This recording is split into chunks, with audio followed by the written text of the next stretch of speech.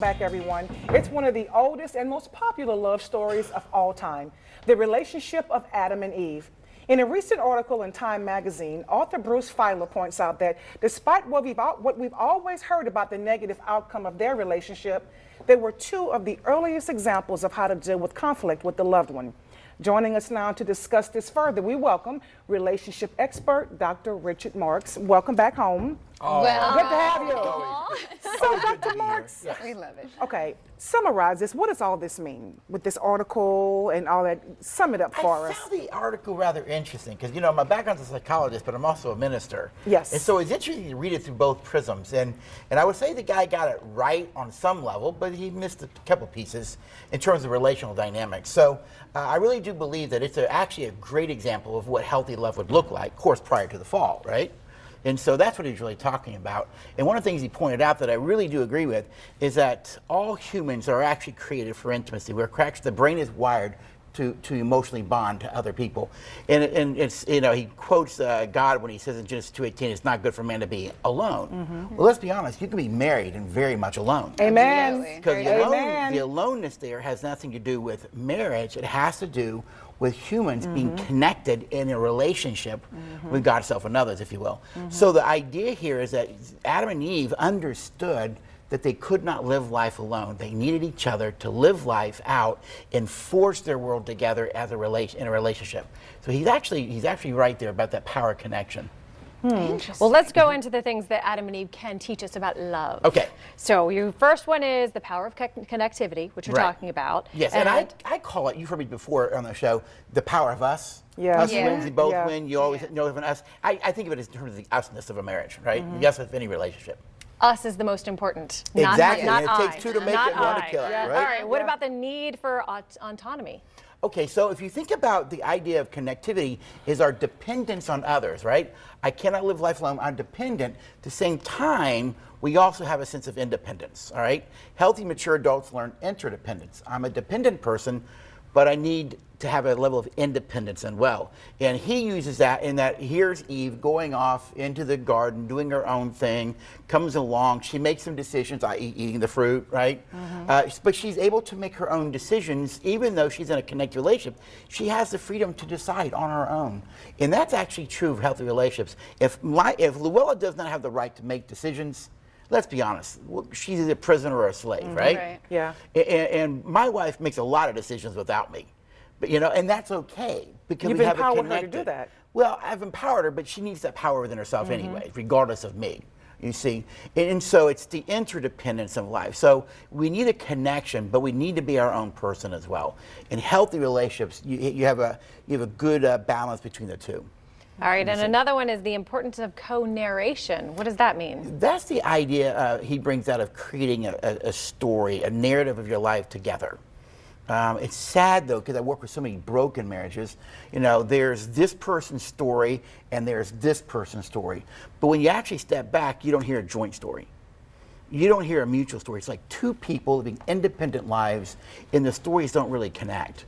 The idea here is they live a life of a joint story. So if you look at Laurel in my life, though there were times we had good times and bad times, you would actually see this narrative of our life moving together through life till death do us part.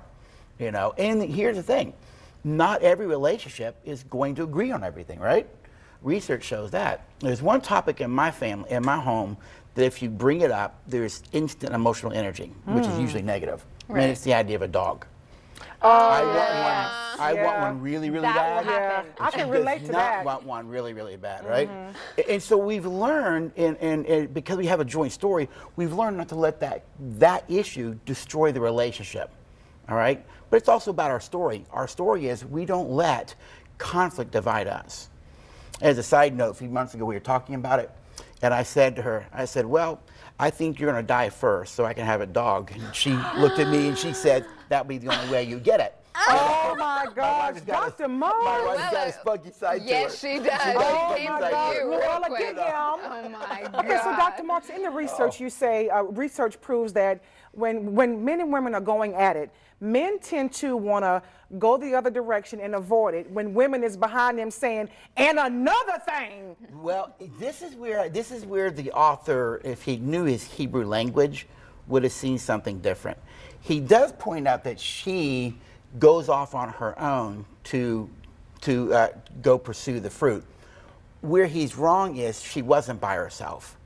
The Hebrew word in that Genesis 3:6 passage gives evidence that when she is bantering with the serpent, her husband stood there the whole time and watched it and said not a word.